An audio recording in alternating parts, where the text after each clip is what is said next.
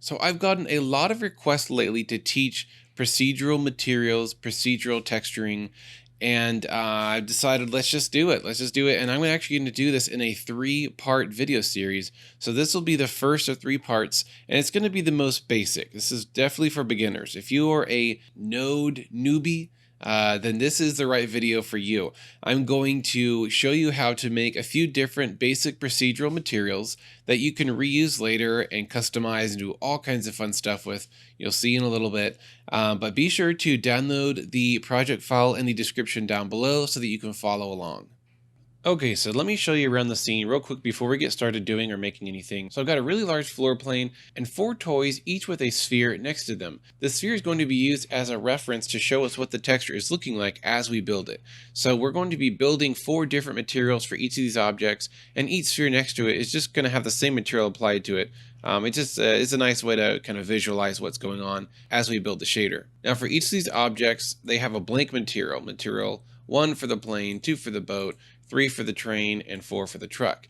And we also have a blank one for the floor. So let's start by adding HDR lighting to the scene, because that's going to make things look the most realistic, and it's very simple. So the way to do that is you want to have your shader editor open, which I have up here on the top, and we're going to change from object mode to world mode. So this is a shader for the world, right? The whole kind of blank gray sky that's all around here. We don't want it to be gray.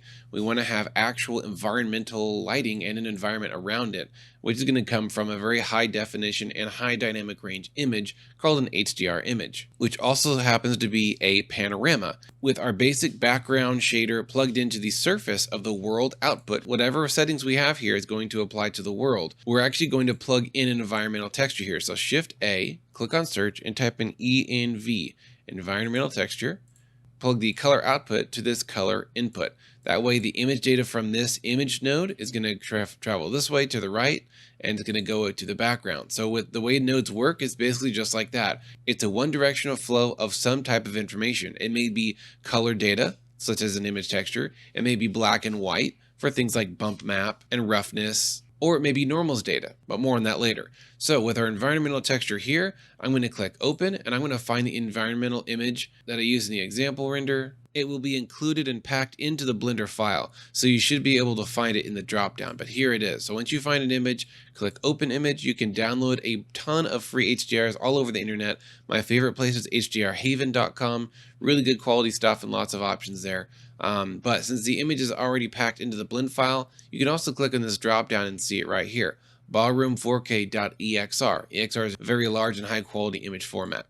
Okay, there we go. Now we want to add a mapping node, which will allow us to rotate the world around here. Now to see what we just did, we're going to change our 3D viewport to rendered view. So there's 4 views here. There's wireframe, object mode, material preview, and rendered mode. So in live rendered mode, it will begin rendering it. So if you have a very slow computer, this is not going to be very fast or clean. My computer is pretty good. And I'm also using K-Cycles X, which also speeds up the live render time quite a bit. So my view is probably going to be a lot cleaner and quicker than yours. That's okay. So as we can tell, the lighting in our scene, look at these shadows on the ground, are coming from the windows, right? That's awesome. That's how real life works. There's no real windows over here, just reflection and a few little color casting objects giving a nice warm color. But there's no light sources except for that little thing right there. It's not very strong. So we want our light to be on the other side. We don't want it to be backlit. We want the light to be over there. What we can do is click on the HDR texture here and press Control T. Now what that does is it automatically adds these 2 nodes, and they're already set up for you. They're all already wired correctly, and it's a big time saver. If that doesn't work for you, you most likely have the Node Wrangler add-on disabled. So let me show you how to enable that. Click on the editor type, go to Preferences. We can expand this down a little bit to get some more room by putting our mouse in the middle, click and drag down, go to add-ons in the search field and type in Node Wrangler, and the check mark shows that it is enabled. So make sure that's turned on, and that gives you a bunch of different keyboard shortcuts to do quick node things that save you a lot of time. Okay, let's go back to the shader editor right there, drag this back up. We don't need a whole lot of room. There we go. So with this mapping node, we can actually change the direction, and that's by using the Z rotation here. So the Z-axis is the axis that goes up and down, right? Like a pole, straight up and down. So we're literally rotating the whole world around this scene around the z-axis. I want to go to around 180.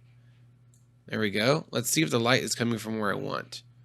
Yeah, pretty good. We can go a little bit further. Oops, wrong way. Maybe 190, 100, 200 degrees. Awesome. Okay, so we got some front lighting. That's good. Let's change this back to object mode and get started with our very first object. So the sphere and the plane have the same material added. Over here you can read its name is material 1. So whatever we do to this material, it's going to be duplicated to the plane. And same with these other objects and their spheres. Now, a little introduction about procedural materials. What they are is basically a material that is using computer-generated information to create something from scratch. They're not using any image textures, they're not using any files whatsoever that have to be downloaded, but instead it's using calculations and math and a bunch of different procedures to create all kinds of things. These are some procedural textures that I've made.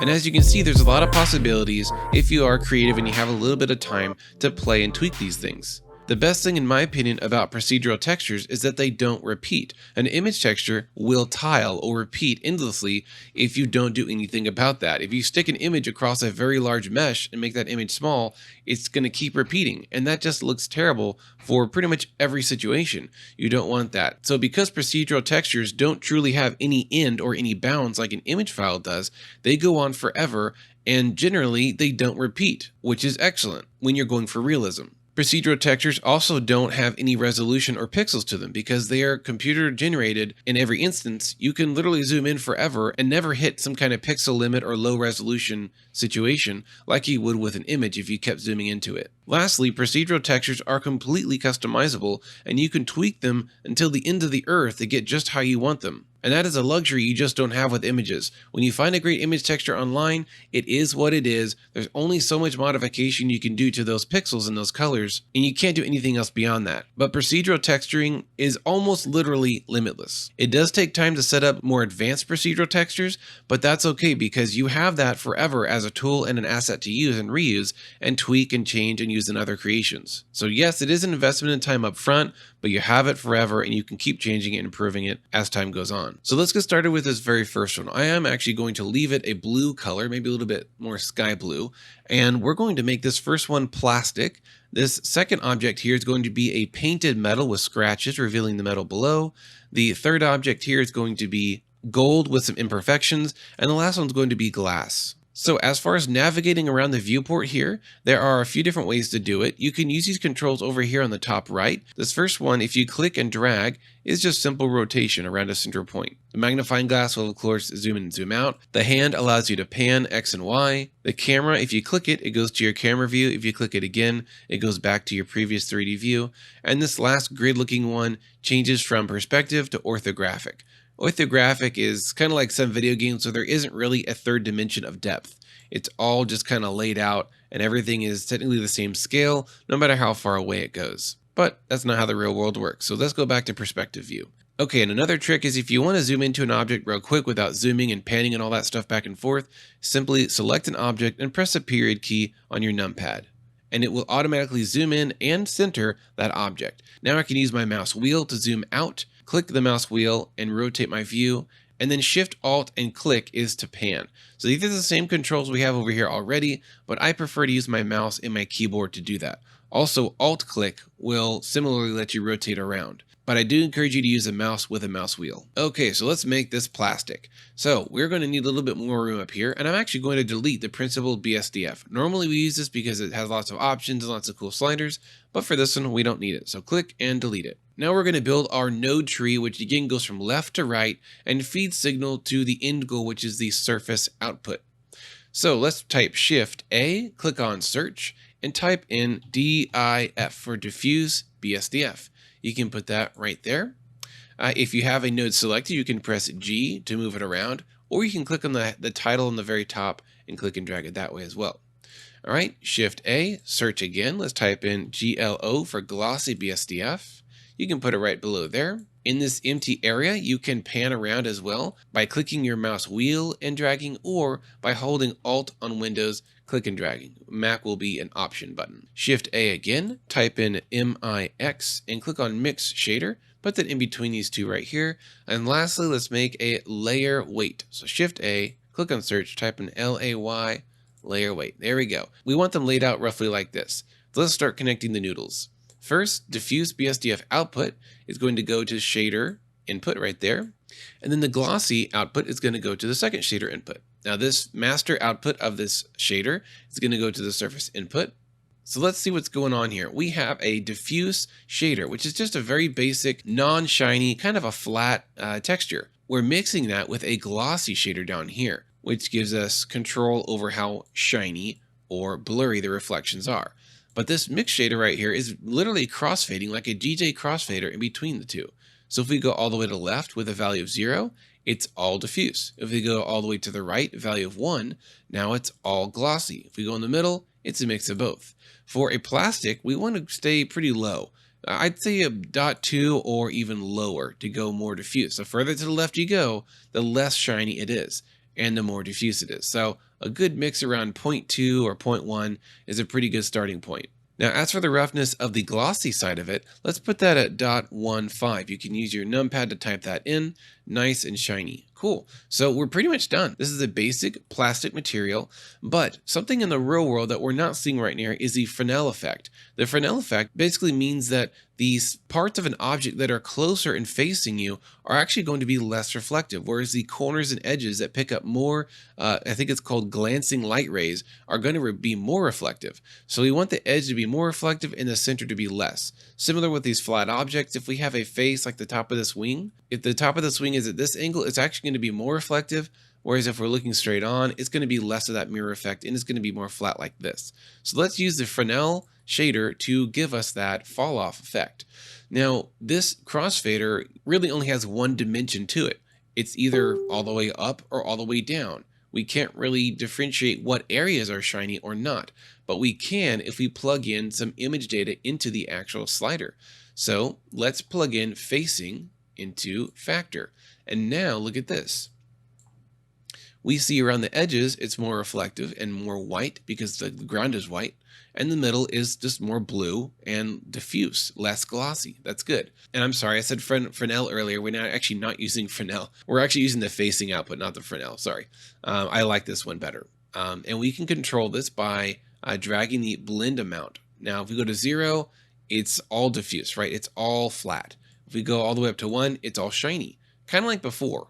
But if we Control-Shift-Click on any node, the node wrangler will give us a really instant preview of what it's actually outputting, which is so helpful for learning. You gotta master these basic keyboard shortcuts for node wrangler if you want to learn nodes, because it's just key. So hold Control, hold Shift, and click on here, and then click again to give us a preview of the facing output. Now drag your blend mode around and you'll see, oh, that's what it's doing. It's giving me a black color in the middle, not in the middle, but on the part that's facing me, which in this case in the sphere, it's a sphere. But look at this cubey shape of the plane. Anything that is facing me more, like this face is facing me, it's going to be blacker. Now the propeller's white, but if I look straight on, it's black. So facing objects or facing faces, because this is made of faces, right? These are all flat, faces here. Things that face you are going to be darker. Facing away from you will be brighter.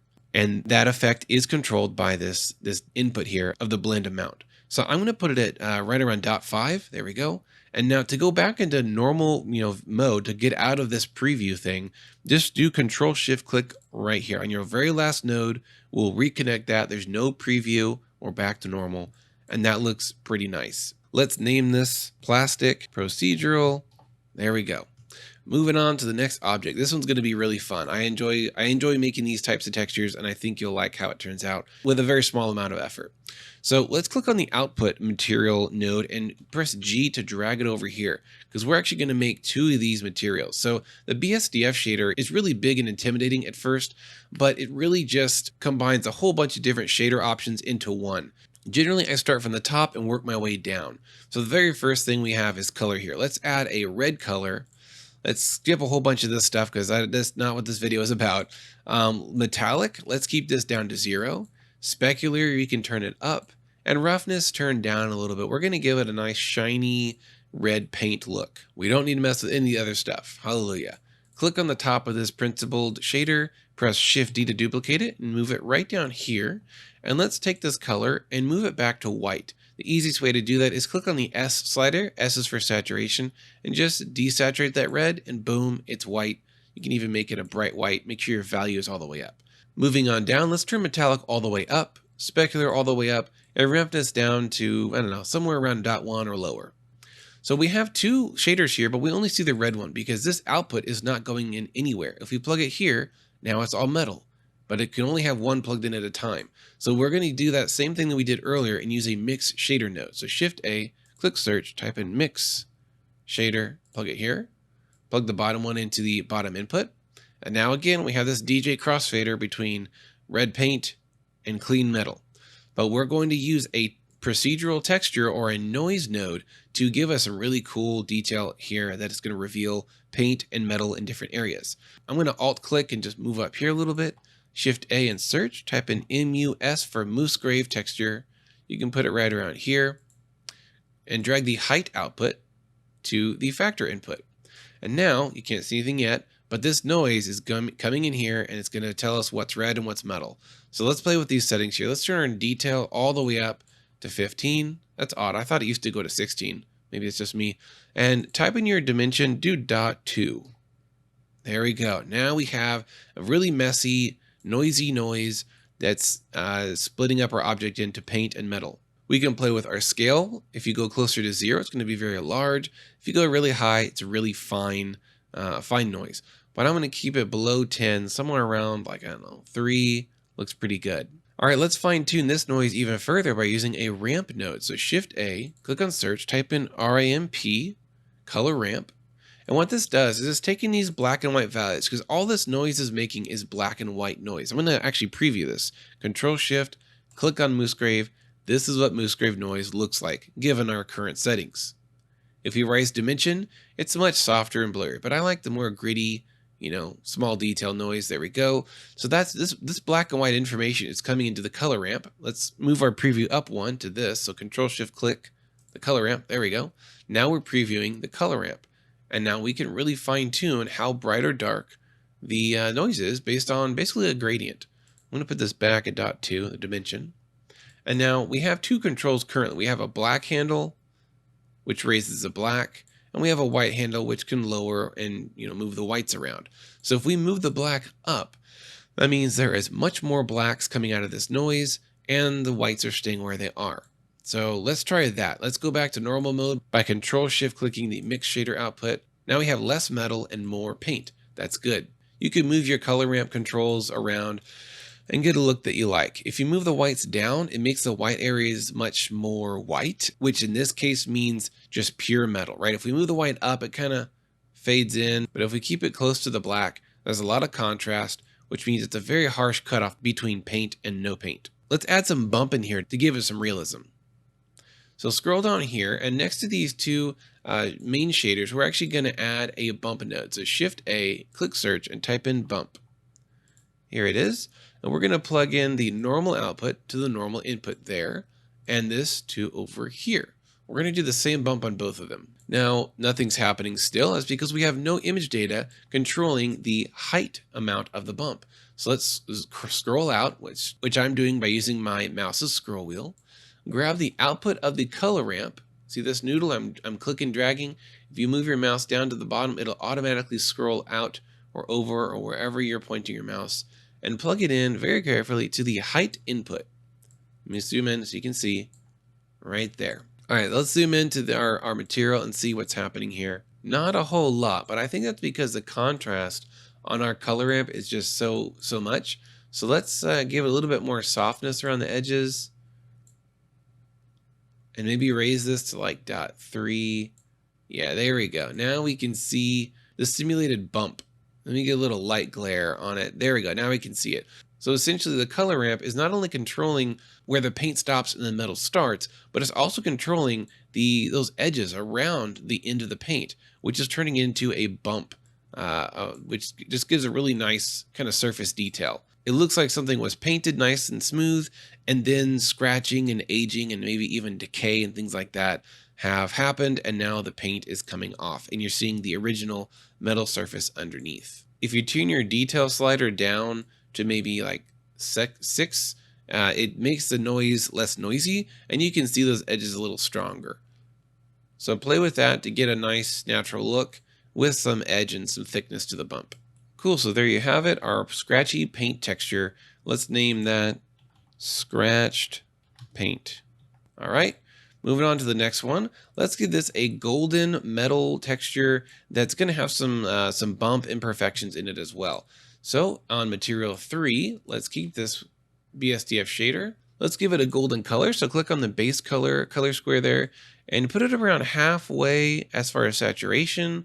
And let's go somewhere between orange and yellow, right around there. My hue is 0.087 and my saturation is 0.8. And you can make this brighter.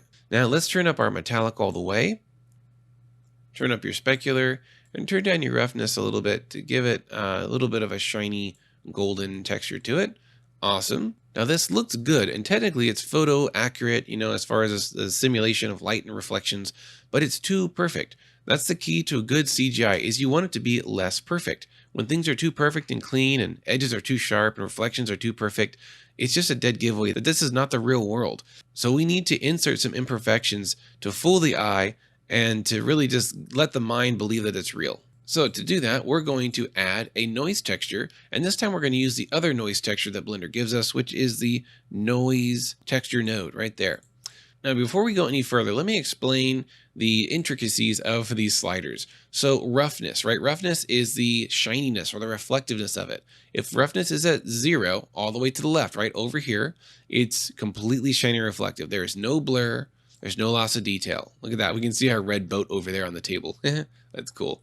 If we move roughness all the way to the right, you see the reflection is completely just polished and blurred out. There is no reflection anymore. 0 is shiny, 1 is not shiny. Now, just like the mix shader, we only have one dimension of control right here. We can either have it no or yes, shiny or not shiny. But if we plug in image data, such as a noise pattern or even an image texture, it's going to control what is rough and what is not, based on the black and white values of whatever's coming in here. So let's give it this factor output from the noise texture and plug it into roughness.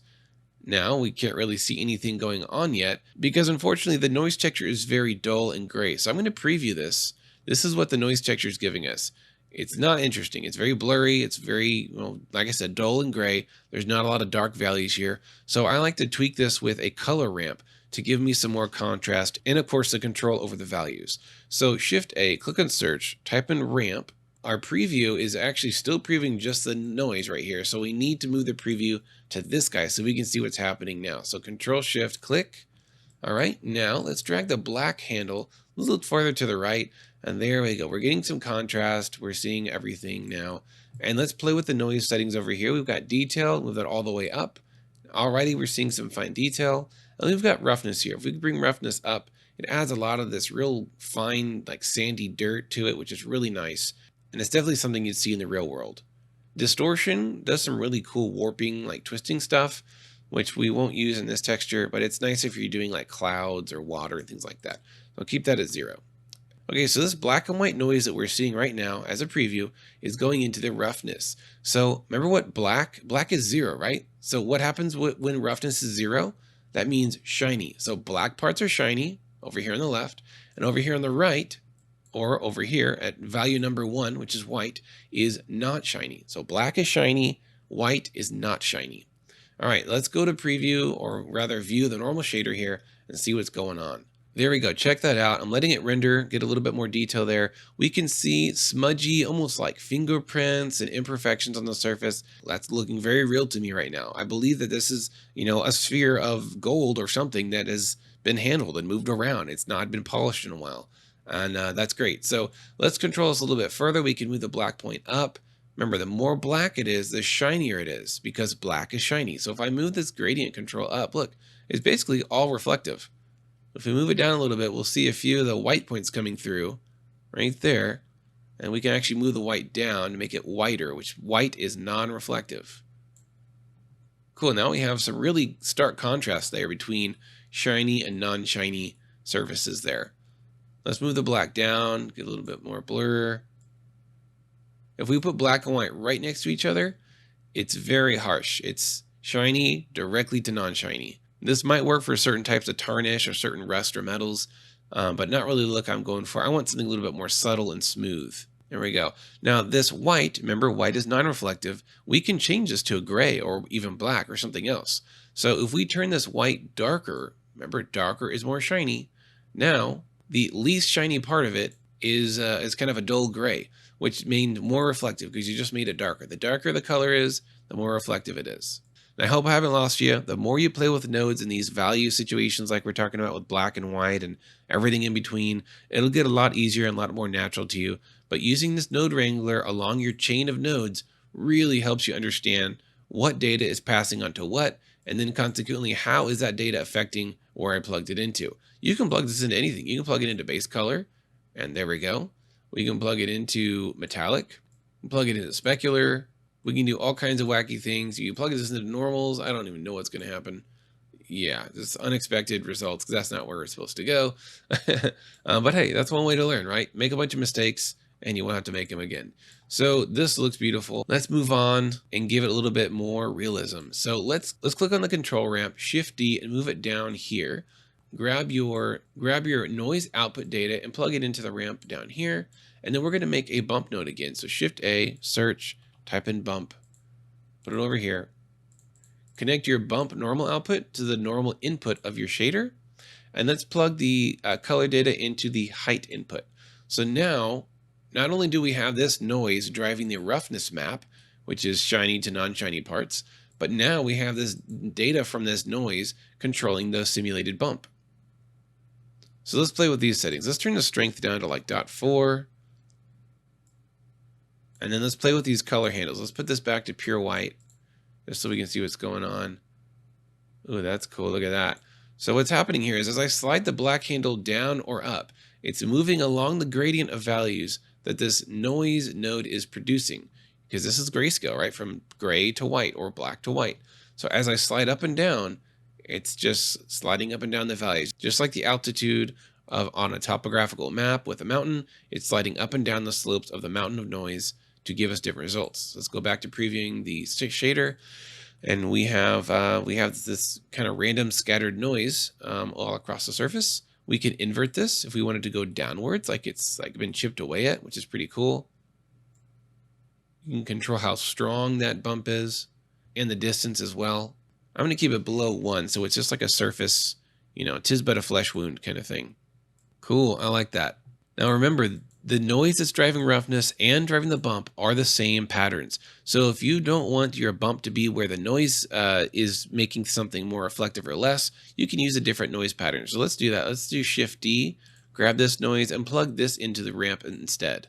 So now they're still the same because we haven't changed anything. Let's just change the scale just to mix it up. Let's make it a smaller scale noise for the bump. I'm going to brighten this white so we can better see the effects here. So we've got two different noises here. The top one is controlling the shininess. The bottom one is controlling the bump. Cool. Let's move on to the last and final material here. This will be the glass shader, probably one of the easiest to make. So let's zoom in here and get things set. Turn up your specular all the way to 1 and turn your transmission all the way up. And that is what allows light to pass through and be refracted as glass. Now it's really blurry glass because the roughness slider up here needs to be put down to 0. Now we can control the transmission light coming through with the transmission roughness slider down here, which is basically, you know, kind of like the blur of the light coming through the glass. If it's completely clean and perfect glass, then there is no blurring. It's just like that. But if you want a little bit of age and realism to it, then don't let it be perfect. Now we're going to use the Fresnel trick again, or the facing trick, to kind of play with this and give us, again, more realistic reflections. So Shift A, type in layer weight there, Shift A, type in ramp, plug in facing to there, and then color output to transmission roughness. All right, now let's preview this ramp and see what's happening. We got the Fresnel effect going on. We can play with the amount here, maybe somewhere like that. And we actually need to reverse this because black being 0 means completely shiny, right? That's supposed to be around the edges. So let's move black up here and then white over here. We have just inverted the gradient, no problem. Let's make white maybe like in the middle. So it's still a little bit shiny, but not all the way. And the black is going to be around the edges. Let's turn up our blend, by the way, to about 0.5. I tend to like 0.5. It's just nice and balanced. All right, let's preview our main shader and see what it's looking like. So Control-Shift-Click right there. Awesome. So the edges are more shiny, and we can control that by playing with the blend amount and also this gray. If we make it darker, it'll be shinier in the middle. Very cool. Let me show you a fun trick to add kind of a water effect or maybe even a special effect to certain things. Let's use another bump node. So Shift A, type in search, click search, type in bump, plug the normal into normal, and let's make a noise texture just like we did earlier. There we go. Plug in the factor into height and turn the scale down to something larger, like a 2 or 1 or something like that. I'll do 2. Check this out. The bump is simulating, a wavy, imperfect surface that's going up and down based on this noise. And because this noise is very soft and subtle, it looks kind of like water, You can even animate this by turning this into a 4D texture. If you hold Shift and click on the W slider and slowly move it, depending on how well your computer is handling all this, you can see the water texture is like kind of just evolving and moving. And that is really cool. If you turn up the detail, you get some finer, smaller details of the noise. You can even turn up the distortion a little bit to give it some kind of like watery effect there. Very cool. But since we're going for just a normal classic glass, I'm going to unplug that. If you want to give your glass a color, you can click on the base color and to give it a real slight tint. Nothing intense like that, but just a little bit of color to it if you want. All right, last thing, let's give this floor some tile. And for that, we're going to use Blender's brick texture. So click on the floor. Let's go to the floor texture, Shift A, search, type in brick, put it right here, and drag your color output to base color. Now it gives us this automatic brick texture. We need to change a few things to give us a nice square tile floor. Turn offset to 1. That's the very first option there. And then let's make the height of it the same as the width for each brick. So on the very bottom, we've got brick width, 0.5, and brick height. Change that to 0.5. All right, cool. Let's turn our mortar size down a little bit. You're going to hold Shift and click and drag that very carefully, or just manually type it in 0.005. There we go. Let's move our scale up a little bit. Cool. And turn bias to -1. That means that all of these tiles will be color number 1. If you have them at any other setting, it kind of just goes between like color 1 and color 2 randomly. But for like a bathroom tile floor, they should be all the same. Let's smooth out the mortar, which is that black line, by putting this at 0.5, at 0.75. There we go. Now let's plug this into a bump node down here. Now you're probably saying, I can find a bathroom tile texture online, Daniel, super easy, and it'll look better than this. Yes, but you can't forever scale these textures and add stuff that we're about to do right now. So what's going on with this bump is it's grabbing the black and white values of this output and turning it into basically a bump. And I'm actually going to make the mortar a little bit bigger because it's a little, there we go. Give the bump something to work with. Next, let's make this a roughness map as well, which means right now black is reflective and white is not. So this is actually backwards. See how the mortar is reflective but the tile isn't? We're going to flip that upside down by using a color ramp. So Shift A, make a color ramp, and just drag the black to the top and the white to the bottom. There we go. Now the grout or the mortar in the middle is not reflective and the tile is. That's perfect. Exactly what we wanted. Okay, let's click on these nodes by holding Shift, drag them out a little bit, give it some more room. Let's add some noise in here. And we're going to offset this perfectly clean tile and give it some smudges and imperfections. So what I'm going to do next is I'm actually going to layer a noise on top of the brick texture I already have going on. So Shift A, search, here's a new node for this tutorial, is the mix RGB. Put that right there. Drag your factor of a noise texture into color number 2. And currently with it on mix mode, we can fade between the brick texture, which is just the black and white grid, or over to the noise texture that I just plugged in, which is kind of dull because we're using the noise. Let's actually change this out to be in Musgrave. It has more contrast. Shift A, Musgrave texture. There we go. Plug that into color number 2. turn your detail all the way up and your dimension down to like 0.3. And instantly we can see what I've been doing. Now parts are shiny and parts are not. So remember, black is shiny and white is not. So we want to actually just add the white parts of the texture on top of this tile to break up the perfection of the reflections. So change mix to screen, which will grab the white parts of the noise and add it on top. It won't mess up the black lines, which we want to remain completely unreflective. Cool. Now we still have a slider here to change how much effect it has. And if we get a real nice low angle, you can see the reflection of those paintings back there. Perfect, not perfect. And that's actually a little too imperfect. We just want a little touch of noise to break up the tile reflections. There we go. That looks pretty good. You can always scale that noise by playing with your scale, making it finer, smaller, or larger. And there you have it, 4 basic procedural materials. By all means, experiment with these things, plug stuff into random sockets, try more mix RGBs, add noise on top of stuff. You can just tweak the heck out of it and get some really great results. In following videos, I'll be showing you how to make much more advanced procedural textures, and it's going to be super cool. Well, that's it. Thanks for watching this video. I hope it was fun. Hope it was educational. If you have any questions, be sure to ask in the comments down below, and be sure to subscribe and turn on the notification bell so that you won't miss part 2 and part 3. Thanks for watching again. Have a great week.